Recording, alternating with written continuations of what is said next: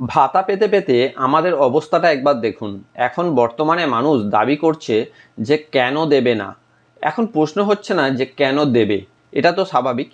এর সাথে মানুষের বক্তব্য যে টাকা তো আমাদের, কেন টাকা আমাদের? আমরা ট্যাক্স প্রদান করি, সেই ট্যাক্সের টাকা দিয়েই নাকি আমাদের ভাতা দেওয়া হচ্ছে।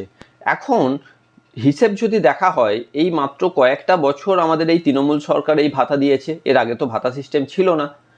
তাহলে যদি আমাদের ট্যাক্সের টাকাই আমাদের দিচ্ছে এবং সেটার উপরে যদি আমাদের অধিকার আছে, সেই দিক থেকে দেখতে গেলে আমাদের বাপ ঠাকুরদার আমল থেকে যে ট্যাক্সগুলো আমরা পেমেন্ট করে এসছি, তাহলে সেই ট্যাক্সের উপরেও আমাদের অধিকার আছে।